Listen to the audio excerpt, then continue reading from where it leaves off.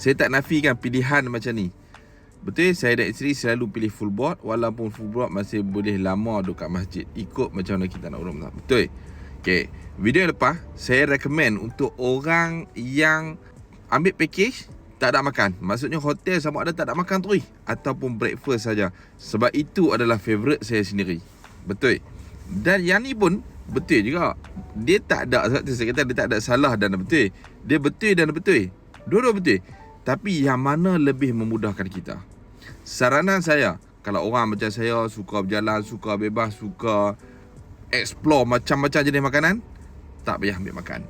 Tapi kalau ada pemikiran yang nak memudah, contoh macam saya beritahu kan, kita bawa mak ayah yang lanjut usia, yang kita risau, contoh kita pergi tu family ni, aku nak duduk lama kat masjid.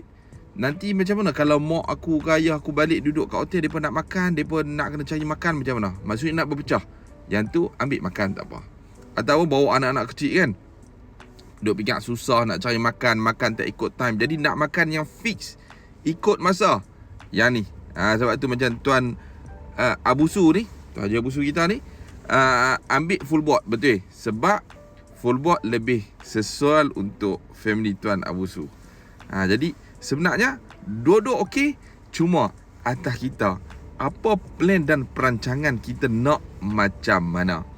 Ada lagi next video saya nak share macam mana pula kalau kita nak jimat lagi, tak mau makan luar dan tak mau ambil makan dekat hotel. Tapi jangan lupa like, komen dan share video ni dulu. InsyaAllah saya akan kongsi sebanyak mungkin.